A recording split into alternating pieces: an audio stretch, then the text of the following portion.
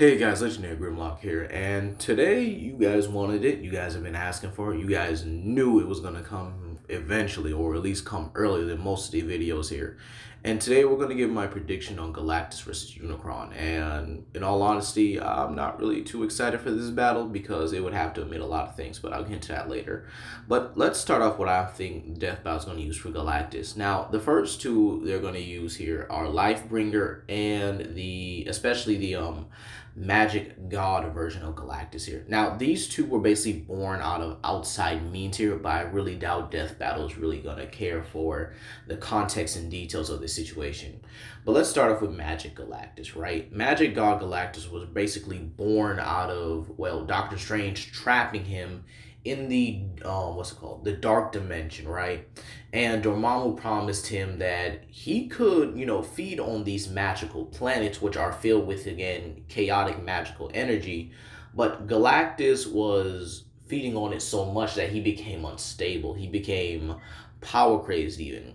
This Galactus would then go on to eat tons of like chaos lords and chaos entities, all right?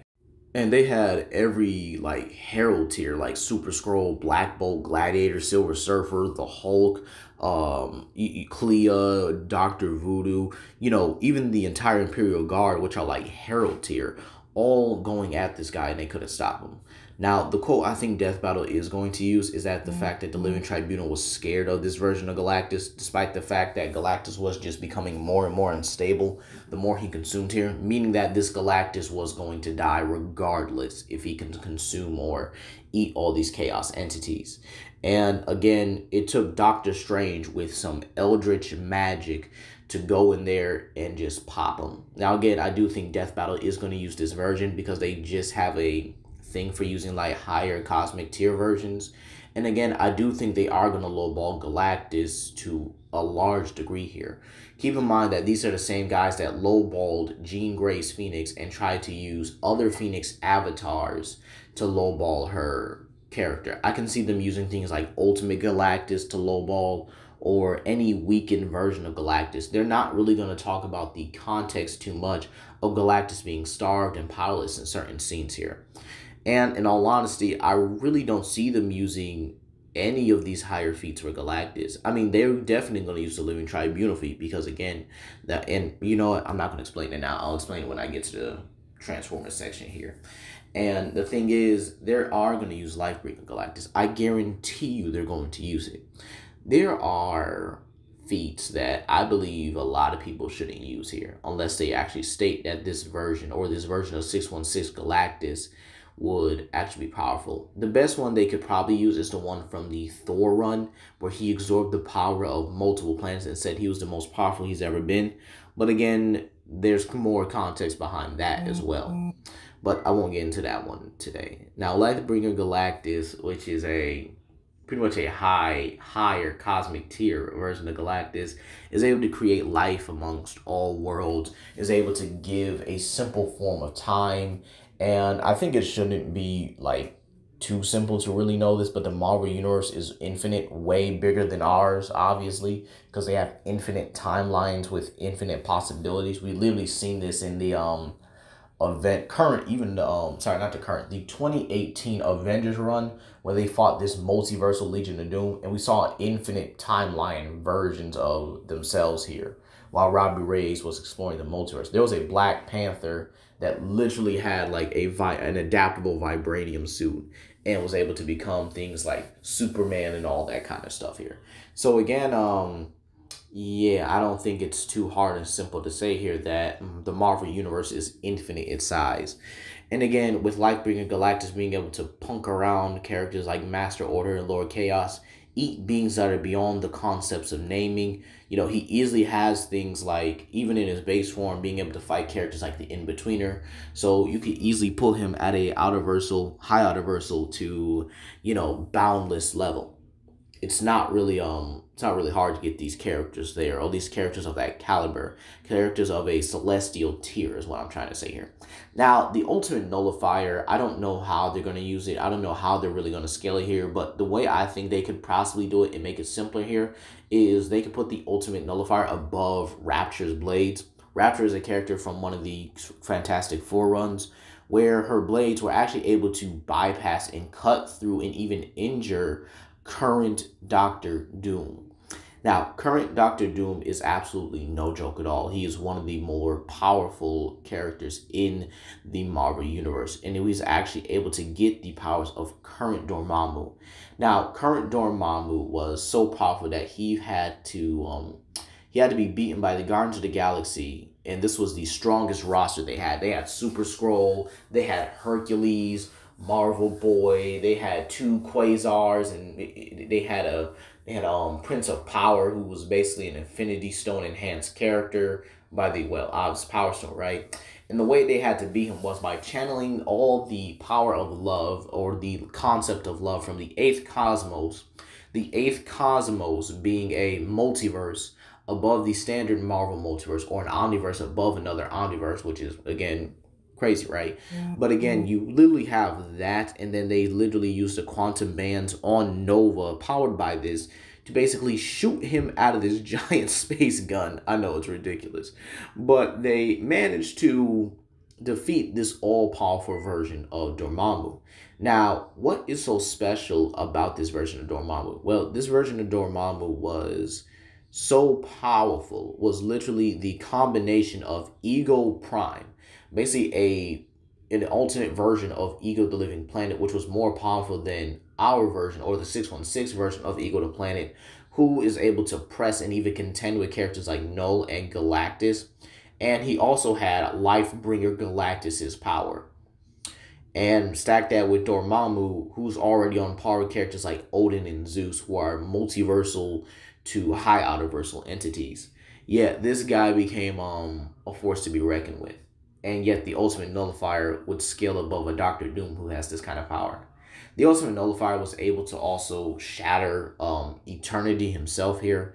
You know, the same Eternity that exists all across the Marvel multiverse. There's literally like, he's literally a multiversal singularity. Albeit Eternity himself is on par with characters like the Chaos King. And in all honesty, I think the Chaos King would get clapped by even an avatar of Unicron here. And there's also Griever, a character that was going to destroy the 8th Cosmos. Griever is an absolute monster. She's known as the concept of destruction. And she was a monster. The best way I could really put it is that she was a monster during that hour. She was a beast. She stood on business. And she was able to flick away a weakened Franklin Richards like he was nothing. And keep in mind, this Franklin Richards should still be more powerful than some of the current Marvel characters, such as Immortal Hulk, Thor, probably pre-Odin Force Thor, or pre-full Odin Force Thor, right? And should also be more powerful than Silver Surfer Black. However, Silver Surfer Black was able to outperform him. And this is simply because Franklin was, like, weakened for some reason. I think he was, like, exposed to something into, like, a prior arc or something like that. But again, he was massively weaker than Silver Surfer Black here. And Silver Surfer Black can only last, like, what, 16 minutes and 14 seconds, which again was impressive. He was able to match her, and even she said that this was impossible. But again, he was able to do it. But overall, I think they could really use that for Galactus here, using the Ultimate Nullifier, scaling, maybe even highball it to the 8th Cosmos. But again, I doubt it because they don't even do Marvel's cosmology properly. Now, let's go over Unicron. Now, I don't really know if Death Battle, again, is going to update themselves on the Transformers cosmology. I've done the Transformers cosmology plenty of times here, but again, let's really go over it. Starting off with the godly hierarchy. Now, Unicron was the first one created by the One, or basically a one above all like character. And again, I'm quoting, by the way. Unicron was split in half, and Unicron's dark half, or the darker half of Unicron, and Primus were created. Now, Primus would then go on to create the Guiding Hand, which are beings more on par with him. These beings would then go toe-to-toe and stalemate their creator for eternity until Unicron decided to show his face, giving them a probable cause to fight against him, all right? Or at least to stop their own fighting. Then you have the 13 original Primes, beings that are below the Guiding Hand but are still powerful. These beings all have true forms because they are all multiversal singularities. And again, I'm including Unicron in this as well, so pay attention. So the primes exist in a realm here called the realm of the primes. Now, the realm of the primes is a dimension that houses the true forms of the primes here. And it's pretty much perceived as, well, kind of just them being there. You really don't have like the full perception of their true forms. But again, you know that this is where they are. Even Vector Prime confirms that this is where they are. Now, what is so important about this realm here? This realm was created to be beyond all concepts, including things like dimensionality. So you already have avatars that actually have to be assimilated on a lower level so they don't one-shot the entirety of the Transformers Omniverse. And yes, the true forms of the Guiding Hand, Primus, and the 13 original Primes could one-shot the entirety of the Transformers multiverse with their presence alone. Okay? And again, I don't expect Death Battle to really do this because they didn't bother using these references or these scaling points with someone like Megatron. And again, I think Megatron versus Frieza is kind of like my ultimate denominator on how they're really going to scale it. Keep in mind, they said the Transformers universe was as big as ours, when there's no evidence supporting that. The Transformers universe, or at least the Transformers Omniverse, is way bigger than ours. One universe is a multiverse because they have infinite timelines attached to them. One thought or one action can create an infinite timeline. For example, if Jazz actually survived in the Bayverse, that is an alternate timeline. If Bumblebee died in the first movie, that is an alternate timeline. Transformers the game. What if all the Autobots made it to the city along with all the Decepticons? That is an alternate,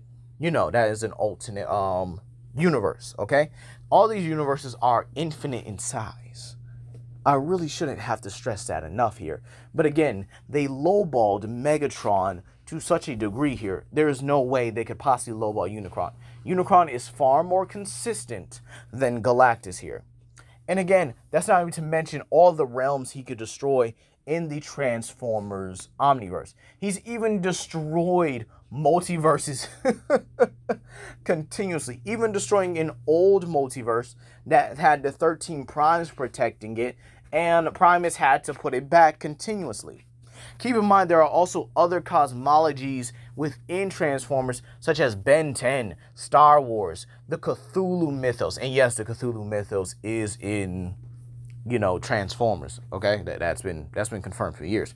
Cthulhu himself isn't, but again, his mythos, or at least his cosmology, is also in it. All right, so they've been having that for years now. All right, there are higher spatial realms like Hytherian, and there's more to their cosmology. All right, there is so much more to it. Heck, they might even have Godzilla in it. And again, the Godzilla has been referenced in Transformers comics plenty of times. There's no if and buts about it. There's even Shuma Gorath in the Transformers universe. He's been mentioned a couple good times here. So again, they have some ties to Marvel. Matter of fact, they've always had ties to Marvel, even having crossovers with them on multiple occasions here. And again, keep in mind that there's also things like Transwarp Space, which is pretty much wraps around every universe. And then there are things like universes made out of antimatter, which house the Elder Gods, all right? So these are many universes that are wrapped in Transwarp Space, which is basically a space in between these universes here. There are also dead universes, which are building block universes for, other universes. It's kind of like a paper, and Primus has his pencil. He wants to touch it and create another reality. Boop, there it is. And again, there's multiple possibilities, multiple canon things that happened in the Transformers multiverse. If you say, hey, what happened if Windcharger was in the Bayverse? Or if you say, what happened if the Elite Guard came to Earth in Transformers Prime? That is canon. That is an alternate reality considered and even confirmed by Vector Prime. He says every single possibility is canon. What if the Maximals were in Transformers Prime? Oh, wait, that actually happened in an alternate reality. What if Thundertron actually came to Earth? Or what if Transformers Prime actually had their alternate season 3? Again, that happened. Even if it was canceled, it happened. The Transformers universe also has things such as a metaphysical realm, realms that are conceptual, or at least made of concepts themselves here. Keep in mind, metaphysical actually deals with the nature of the the nature of the mind. So essentially, think of like how your dreams are, how you have full control over your dreams. You could do anything you want. You're basically like a god there. That's essentially how metaphysical realms work in Transformers. And then you have realms made out of destruction, cold, life, death, power, time, resurrection. All right? These fundamentals of the multiverse, or the omniverse, if you will, are actual universes. There's even micro versions of universes that have their own, beings and people. And there's also these realms were also created by the Primes as kind of like their own toy boxes. They basically create these universes and essentially just fill them with life and see what happens. They have their own fun with them. It's like, hey, why don't you get rid of it? Why would I do that? That's like, that's my toy box. Like, why would I get rid of my toys and stuff? Like, like, why would a kid get rid of his toys when he's having so much fun just creating them? Characters like Quintus Prime have a realm, or at least an experimentation realm, where he's able to create all forms of life. Then there's also the higher dimensions. Now you guys might say, why do I have it in this order? Well, the simple reason is where I'm just more or less considering that this is the order of the multiverse, or at least how the multiverse works, by at least the cosmology of it, because these higher dimensions are stated to actually connect to all the universes and kind of be like an area where all universes had to eventually meet for the base multiverse. But again, they're also considered to be, the higher dimensions are considered to be beyond what the base multiverse is capable of. Or at least beyond the dimensionality of the base multiverse is what I'm trying to say here. There's also Hytherion, who comes from the Alternity Plane, which is a higher spatial realm. And characters like the Maximals and the Autobots have to transcend to that level. Unless you're Grimlock and you could just walk on that plane and just get busy. And again, Unicron is a threat to this. Unicron is also a threat to the Vox realm, which is connected to everything in the multiverse. The Vox exist on every plane in the multiverse, including things like the Astral Plane. However, that is kind of like beyond the multiverse and beyond the realm of the Primes, to which is below the realm of the Guiding Hand, to which Unicron can actually reach. So again, it's absolutely ridiculous. You also have Cloud World. Cloud World is a dimension, right, that was supposed to be in the sequel series to Beast Machines with Trans Technomorphs, right? And this is an area that exists way beyond the level of the multiverse. The omniverse. This realm exists so high that it can only be reached by those who are either already there, or you have to transcend to such a high level and become a trans tech. Trans techs are just way higher on the list here. They're way beyond here. I would actually argue that, again, trans techs are much greater than the Unicron trilogy or the Unicron series. But again, I already explained that in my How Powerful is Unicron Trilogy Optimus Prime video. But again, these guys were actually made to fight off against extra-dimensional threats like Unicron and protect the Axion Nexus, which is even beyond that and is simply a multiversal hub. And again, the crazy thing is, Unicron has been confirmed to destroy all this. All these realms that are beyond dimensionality. All these realms that are beyond concepts, beyond space and time. Unicron himself is basically a boundless character.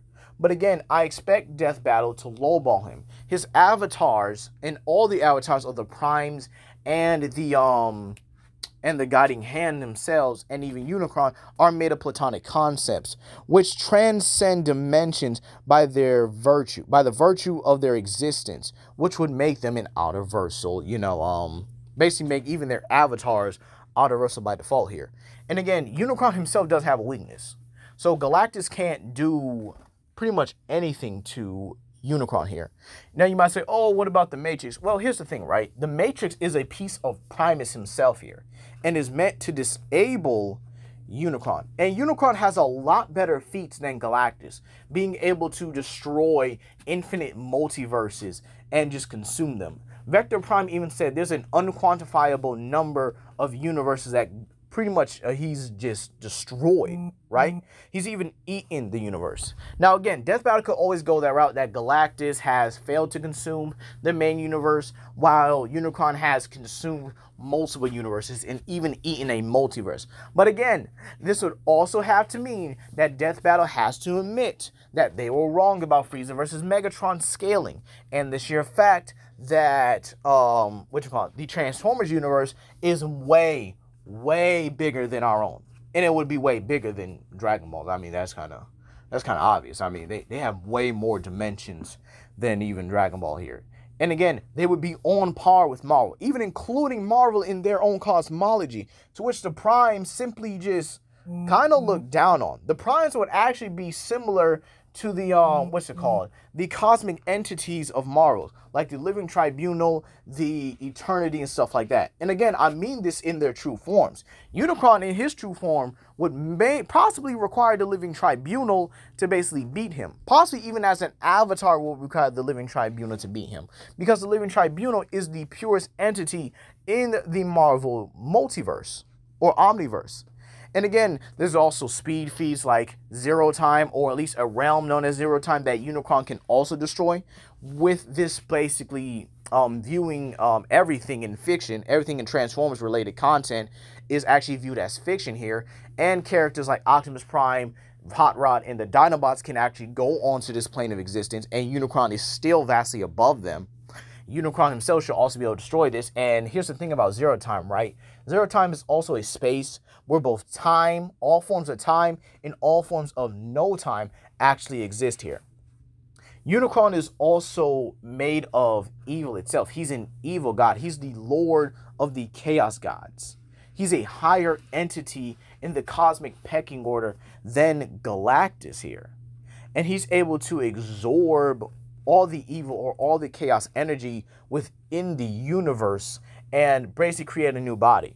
Now again, I do see Death Battle lowballing him due to only 2 movies. And that would be Transformers Rise of the Beast, where his hunger is killing him. Kinda, sorta, it's just like, yo, I'm like really hungry right now. Can we hurry this up right now? Like, come on, Skirt. I need you to hurry up and give me that planet real quick though. And then you have Transformers the movie where, yeah, while that movie was peak, Unicron was did massively dirty. And again, do y'all really expect Death Battle to really differentiate between the comics and the movies? No, because what did they do? They said they were only going to use G1 Megatron, but they somehow used IDW in a mixture of it. They barely even used the G1 comics. Like, what? So you're barely going to use the G1 comics that actually get the characters to Universal? And again, remember, these are the same guys that scaled Megatron to Optimus Prime when he was throwing oil tankers to somehow throwing hands with the Decepticon and only calling it a universal feat. And again, they can't do that for the Marvel side. They genuinely lowball like Marvel completely. They do the same thing with DC, except they just ignore the context. In all honesty, it's wrong for like several means here. They completely ignore it. And again, the Matrix is the only thing that can pretty much kill Unicron because it's made out of his arch nemesis, his brother. It's made out of his, the only thing that can beat chaos. It's order. And again, you can't say, if you actually want to argue that Unicron is on par with the Chaos King, I could maybe swing that way. But again, the Chaos King is beyond Galactus, and yeah, that ain't looking too good here. And again, we have things that could equalize the Ultimate Nullifier, like the Star Saber. Now, this was the Star Saber in Prima's hands, to which Unicron would scale above to. And the thing is, Prima can't even defeat Unicron without the Matrix still. And he's the only Prime that could really bear it because he's the purest of the group here. Prima, with the true Star Saber, or with this true Star Saber in his hands, is able to one-shot the entirety of the Transformers Omniverse as an avatar. And again, this is due to the Matrix actually being, you know, part of Primus himself here, a part of the true essence of Primus, and because the, you know, the Star Type was made to channel Primus cosmic energy. And this allows him to simply just, pretty much just one-tap the Transformers Omniverse when he starts trying. So, yeah, Erasure doesn't mean anything to Unicron. He's beyond all forms of concepts, beyond all forms of, you know, means of killing. And again, he doesn't have a weakness. He can't be erased by the Ultimate Nullifier because he's beyond those means. Let's not forget, they also could use things like the Ultimate Nullifier barely working to even erase entities like Man-Thing. Yes, I know Man-Thing is very overpowered. Don't come at me. Man-Thing is very overpowered here. But again, the thing about the Matrix is, other than being a multiversal conduit, it's again made out of the true essence of his arch nemesis, the only one that has been able to match him for years. And again, what's to really stop Death Battle from using things like the movie? I really do think that's the only way they could really lowball Unicron is if they use the movie. Now again, the way I think they are going to do this is by using just Unicron and saying that there are versions of Unicron that are weaker than Galactus. And again, the problem is here, there's no such thing as a version of Unicron. The thing is, Unicron is a multiversal singularity, meaning there's only one of him across the entire multiverse. Now again, I shouldn't have to state this so many times, but again, a lot of y'all tend to think that Galactus is beating Unicron when he's below things like Chaos Lords themselves, such as the Chaos King. And Unicron would eat the Chaos King. The only way I really see Death Battle even remotely lowballing Unicron is due to the Matrix. Because if you remember Optimus Prime versus the Gundam video, they lowballed that one to Planetary. Very, it's very interesting, ain't it? How in Megatron versus Frieza, Megatron was universal, but to such a low degree because the Transformers universe was somehow smaller, or at least just as big as ours. Huh. Crazy. It's crazy, ain't it? You see, you know what? I'm not gonna get into that. I'm gonna wait till I do my review of Goku versus Superman. I think you guys are really gonna understand here, whether you're from Dragon Ball or not. You guys are gonna have to understand that they really don't think of y'all as intelligent here. But again, the thing about this matchup in general is I'm not excited for it. I'm going to be real with y'all. I'm really not. Because, again, I don't expect Death Battle to really give Unicron the win here. I expect them to give Galactus the win, despite the sheer fact that Unicron is way above him in terms of the cosmic pecking order. And, again, Galactus is really not on par with entities close to the Living Tribunal. He's on the Celestial side and beyond Skyfathers here. But in all honesty, if I had to give my personalized prediction of who's going to win, I'm really leaning towards Galactus here, just because they don't know the Transformers cosmology and they barely even know Marvels. So I think they're going to go with the barely they know and just give give Galactus the win here. But if I had to give my opinion on the matchup here, Unicron takes it low to negative difficulty. But hey, that's going to be all today, you guys. Please comment down below, like and subscribe and share it with your friends. This is Legendary Grimlock, and I'll see you guys later for the Goku vs. Superman review, which will be out, I think, maybe this Friday or Saturday. I still got to upload, you know, my regular schedule here, you guys. So maybe Friday or Saturday, all right? But that's going to be all for today, and I hope you guys have a blessed day out there. Peace.